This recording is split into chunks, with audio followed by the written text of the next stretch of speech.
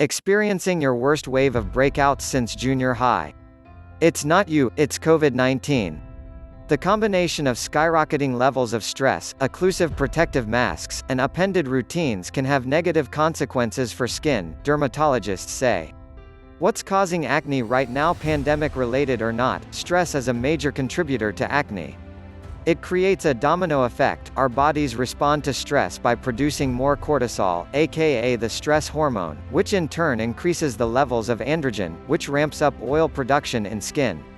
Bacteria on the skin feeds on this oil, explains Sonia Batra, MD, a dermatologist in Santa Monica, CA. Not only that, but the excess oil itself contributes to clogged pores, too.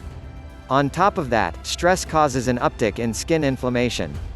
Your skin cells are a local nervous system, explains Melissa Levin, MD, a dermatologist in New York City and clinical instructor at NYU Grossman School of Medicine. When you're under stress, they release a deluge of inflammatory proteins. That can trigger a number of skin conditions, such as acne, rosacea, and eczema.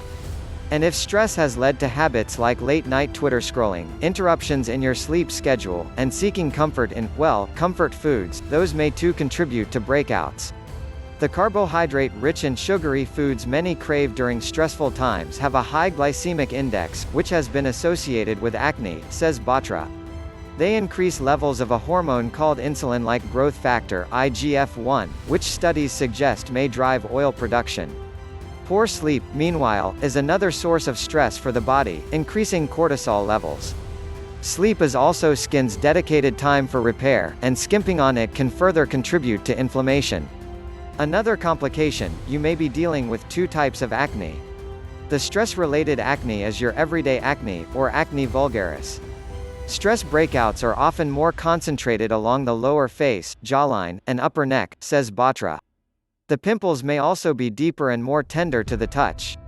But these days, there's also acne mechanica, which results from wearing face masks and has been dubbed maskin. It appears as small, inflamed bumps. Typically, this type of acne is caused by heat that gets trapped from prolonged occlusion or friction, says Levin. She's found that it's especially common with N95 masks, as they're less breathable and create a tighter seal than other kinds of masks, confining recycled, humid air under the mask. The carbohydrate-rich and sugary foods many crave during stressful times have a high glycemic index, which has been associated with acne. How to treat COVID-related acne? Choose your mask wisely. Opt for masks made with breathable materials, such as cotton, if you can. Heavy-duty masks with filters aren't necessary for daily use for most people, says Levin. Adjust your skincare routine. Wash with a salicylic acid cleanser to gently exfoliate and clear pores.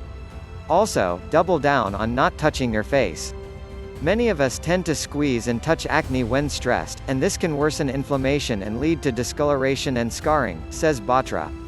Introduce vitamin A. Now is the perfect time to try a vitamin A derivative, such as retinol or retinoid, the stronger, faster-acting counterpart to retinol.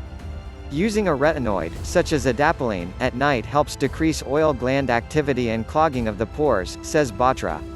While most retinoids are typically only available with a prescription, you can find adapalene over the counter in different acne treatment gel and La Roche-Posay Effaclar Adapalene Gel 0.1% topical retinoid acne treatment.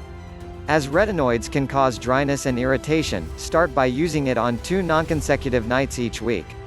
A moisturizer that doesn't clog pores can be used as a second layer to offset dryness, says Batra. If, after a few weeks, any dryness or irritation subsides, you can increase it to nightly. Opt for masks made with breathable materials, such as cotton, if you can.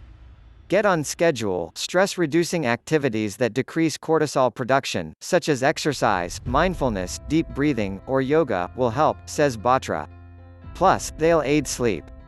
At the very least, Levin advises her patients to stick to a schedule, such as waking up at the same time, doing your skincare routine, and getting dressed every morning.